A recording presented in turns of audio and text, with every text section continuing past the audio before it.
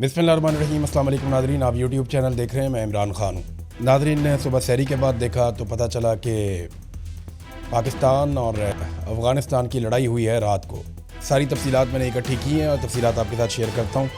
ये national media पे, international media पे और अफ़गान मीडिया पे तीनों तरफ रिपोर्ट हुआ है। पाकिस्तान का मीडिया भी रिपोर्ट कर रहा है, अफ़गानिस्तान का मीडिया भी रिपोर्ट कर रहा है और इंटरनेशनल मीडिया भी रिपोर्ट कर रहा है। अब पाकिस्तान का मीडिया जो है वो एक तरह से रिपोर्ट करता है, लाजमी बात है, जब आप एक जंग में होते हैं तो वो रिपोर्ट आपको ऐसे ही करना होता है। अफ़गानिस्तान का मीडिया वही कहेगा जो अफ़गानिस्तान को सूट करता है और इंटरनेशनल मीडिया जो है उसकी भी बाज़ मीडिया हाउसेस ऐसे हैं जिनकी अपनी अपनी लाइनें हैं और वो अपनी लाइन लेते हैं अपनी अपनी पसंद के मुताबिक, लेकिन फिर भी पिक्चर क्लियर हो जाती है जब आलमी इदारे बीच में पड़ते हैं। ये लड़ाई हुई क्यों, और ये देखें, मैं आपको ये बताता हूँ कि ये दूसरी लड़ाई है। इससे पहले कुछ अर्सा पहले झड़पें हुई थी बॉर्डर के ऊपर और ड्यूरेंट लाइन इसको कहते हैं। यहाँ पे पहले भी झड़पें हुई थी। थोड़ा सा पहले पाकिस्तान ने एयर स्ट्राइक की थी, उसके बाद झड़पें हुई थी। पाकिस्तान ने 4 दिन पहले भी एयर स्ट्राइक की और उसके बाद गुज़िश्ता रात दोबारा झड़पें हुई हैं और इस मरतबा जो झड़पें हुई हैं बड़ी शदीद हैं, यानी जैसे पहले लड़ाई हुई थी उससे ज़्यादा शदीद लड़ाई है। अच्छा जी, अब इसकी रीज़न क्या है? सबसे पहले तो आप ये देखें कि पाकिस्तान में दहशतगर्दी के वाक़यात बढ़ते जा रहे हैं और पाकिस्तान दहशतगर्दी कंट्रोल करने में कामयाब नहीं हो पा रहा। दहशतगर्दी जो काफ़ी कम हो गई थी वो लगातार गुज़िश्ता चंद सालों से बढ़ रही है और ये रिकॉर्ड लगता चला जा रहा है। यानी पिछले कई सालों में पाकिस्तान में इतनी दहशतगर्दी नहीं हुई जितनी दहशतगर्दी गुज़िश्ता 1-2 सालों में हुई है। 2025 बड़ा खौफनाक साल था। कोयटा में दहशतगर्दी हो रही है, बलूचिस्तान पूरे में दहशतगर्दी हो रही है, अब बहुत सारे एरियाज़ नोगो एरिया बने हुए हैं, कबायली इलाकों में दहशतगर्दी हो रही है। वफाकी दारुल-हुकूमत इस्लामाबाद के अंदर जो है बड़े बड़े वाक़यात दहशतगर्दी के हुए हैं और अब तो ये पंजाब की तरफ भी जा रही है। तो ये दहशतगर्दी के वाक़यात बढ़ रहे हैं और पाकिस्तान इसके लिए ज़िम्मेदार करार देता है अफ़गानिस्तान को और हिंदुस्तान को। इसमें जो पाकिस्तान की तरफ से ऑफिशियल सरकारी मौक़िफ़ आता है बार बार वो ये आता है कि ये फितनतुल हिंदुस्तान और साथ में अफ़गानिस्तान के अंदर फितनतुल ख़वारिज और ये तहरीक तालिबान पाकिस्तान, और ये इनके ऊपर पाकिस्तान ब्लेम करता है कि ये पाकिस्तान में दहशतगर्दी करवा रहे हैं और इसके पीछे भारत है। पाकिस्तान की जानिब से जो सरकारी मौक़िफ़ है वो ये है। अच्छा, कुछ अर्सा पहले अभी कुछ वाक़यात हुए दहशतगर्दी के जिसमें एक लेफ्टिनेंट कर्नल भी शहीद हो गए। तो उनकी शहादत के बाद काफ़ी गम गुस्सा था पाकिस्तान की सिक्योरिटी फोर्सेस में और फिर उस शहादत के बाद जिसमें 2 सिपाही थे और एक लेफ्टिनेंट कर्नल शहीद हुए, पाकिस्तान एयरफोर्स ने अफ़गानिस्तान के ऊपर अटैक किया। ये 7 मुख्तलिफ इलाकों में अटैक हुआ इससे चंद दिन पहले और इसके अंदर जो पाकिस्तान का क्लेम है वो कुछ और है और अफ़गानिस्तान का क्लेम कुछ और है, जबकि एक क्लेम यूनाइटेड नेशन का भी है। पाकिस्तान ने दावा किया कि ये 7 जगहों पे जो हमले किए गए, जिनमें ये पक्तिया में हमले हुए, उसके अलावा नंगरहार में हमले हुए, तो पाकिस्तान ने ये क्लेम किया कि 70 से 80 दहशतगर्दों को मारा गया है पाकिस्तान की एयर स्ट्राइक्स के अंदर और ये अफ़गानिस्तान के अंदर घुसकर मारा। जबकि अफ़गानिस्तान की जो हुकूमत है उन्होंने कहा जी सिविलियंस का यहाँ पे नुकसान हुआ, तो औरतें और बच्चे जो है वो मारे गए। अब अक़वाम मुत्तहिदा ने 1-2 दिन गुजरने के बाद इसके ऊपर एक रिपोर्ट जारी की और अक़वाम मुत्तहिदा की रिपोर्ट के मुताबिक इन हमलों में 13 सिविलियंस मारे गए, जबकि अफ़गानियों के मुताबिक ये तादाद 20 है। अब उसके बाद जो अफ़गानिस्तान की हुकूमत है, ये तालिबान हुकूमत है, आप जानते हैं, तो उन्होंने ये ऐलान किया था और वार्निंग दी थी या धमकी दी थी कि हम इसका मौका आने पर बदला लेंगे और हम जवाबी कार्रवाई करेंगे।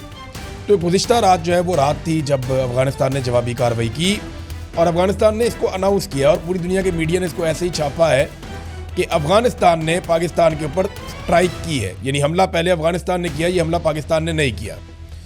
और शदीद सरहदी झड़पें हुई हैं बहुत सारे मकामात के ऊपर, दोनों तरफ का जानी नुकसान हुआ है, माली नुकसान हुआ है, भारी हथियार भी इस्तेमाल हुए, हल्के हथियार भी इस्तेमाल हुए और फिर गुज़िश्ता रात लड़ाई की शिद्दत बढ़ने पे पाकिस्तान की एयरफोर्स को एक मरतबा फिर इस्तेमाल किया गया। पाकिस्तान एयरफोर्स ने कुछ इत्तलात आ रही है कि कंधार और काबुल पे भी कुछ बमबारी की है और कुछ और जगहों पे बमबारी की है।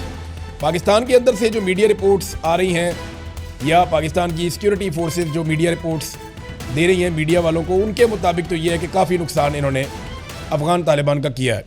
जबकि ऐसी ही रिपोर्टें जो हैं वो अफ़गान तालिबान भी दे रहे हैं अपने मीडिया को और वो भी बैनुल अक़वामी मीडिया में ये दावे कर रहे हैं। दोनों के अगर आप दावे देखें तो दोनों ने भारी नुकसान किया है। दोनों एक दूसरे के 50 से 70 लोग जो है वो मारने के दावे कर रहे हैं। अच्छा, दोनों जानिब से जो इंफॉर्मेशन मिनिस्टर हैं वो कुरान पाक की आयत पोस्ट कर रहे हैं सोशल मीडिया पे और उसके बाद जंग लड़ रहे हैं। यानी दोनों अल्लाह रब्बुल इज़्ज़त का नाम लेकर जंग लड़ रहे हैं। दोनों मुसलमान मुल्क हैं और बरादर इस्लामी मुल्क हैं और दोनों का बड़ा लंबा अरसा एक बड़ा मोहब्बत का रिश्ता भी रहा। पाकिस्तान ने बड़ी मेज़बानी की है अफ़गानों की, बड़ी मेज़बानी की है।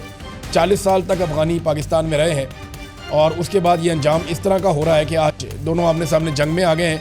तो ये दोनों की जानिब से एक बहुत बड़ी नाकामी है। अब दोनों ये दावे कर रहे हैं कि हमने नुकसान ज़्यादा कर दिया, दूसरा कहना है जी हमने नुकसान ज़्यादा कर दिया।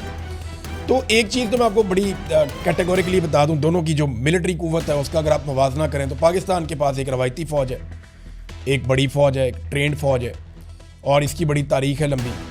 अब ये फ़ौज जो है पाकिस्तान की, वो कि बहुत सारे लोगों को शिकवा है इस फ़ौज ने पाकिस्तान में बड़ी ज़्यादतियाँ की हैं, बड़े जुल्म किए हैं, पाकिस्तान के अंदर बार बार मार्शल लॉ लगाए हैं, पाकिस्तान के अंदर चीज़ों को कंट्रोल किया है, सियासत में मुदाखलत की है। वो सारी चीज़ें अपनी जगह, लेकिन ये एक ऐसी फ़ौज है जिसके पास जदीद हथियार भी हैं, आर्टिलरी भी है, इसके पास एयर फोर्स भी है, इसके पास मिसाइल्स भी हैं। तो पाकिस्तान की फ़ौज के पास दुनिया के वो हथियार हैं सारे के सारे, इवन एटम बम है, जो किसी भी जदीद फ़ौज के पास हो सकते हैं।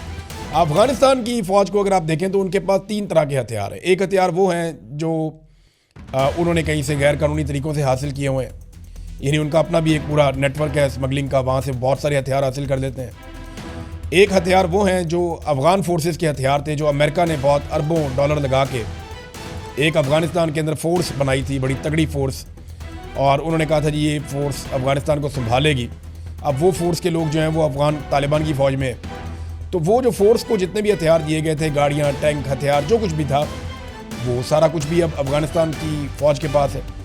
और नंबर 3, जो हथियार अमेरिका छोड़ गया वहाँ पे बहुत बड़े पैमाने पे, वो भी इस वक्त अफ़गानिस्तान के पास है। अफ़गानिस्तान के पास कोई प्रॉपर एयर फोर्स नहीं है। छोटे हथियार उनके पास बहुत सारे हैं, बड़े हथियार उनके पास उतनी बड़ी मिकदार में नहीं है, लेकिन एयर फोर्स उनके पास प्रॉपर नहीं है। लेकिन कुछ तैयारे उनके पास हैं, लड़ाका जेट नहीं है और थोड़े बहुत हेलीकॉप्टर हैं, लेकिन ये आप उनकी एयर फोर्स ना होने के बराबर है। ये वही हालत है जैसे ईरान की हालत है, उनके पास भी कोई एयर फोर्स एज सच नहीं है, तो अफ़गानिस्तान के पास भी नहीं है। तो पाकिस्तान का रवायती लड़ाई के अंदर वो मुकाबला नहीं कर सकते।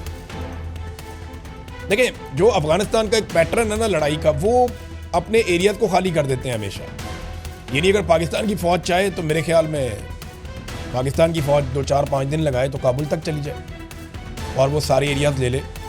तो वहाँ आप ले तो सकते हैं, लेकिन फिर आप उसको कंट्रोल नहीं कर सकते। इसकी वजह ये है कि ले तो अमेरिकन ने भी लिया था, नेटो की सारी मुल्कों की फ़ौज आ गई थी, उन्होंने आकर अफ़गानिस्तान पे अपनी तरफ से वो पूरा कब्ज़ा ले लिया था, लेकिन 20 साल उसके बाद वो वहाँ पे मार खाते रहे। क्योंकि ये जो तालिबान है ना, इनके पास एक ही हिकमत अमली है और उसको गुरीला वॉर कहते हैं। ये गुरीला वॉर के मास्टर हैं।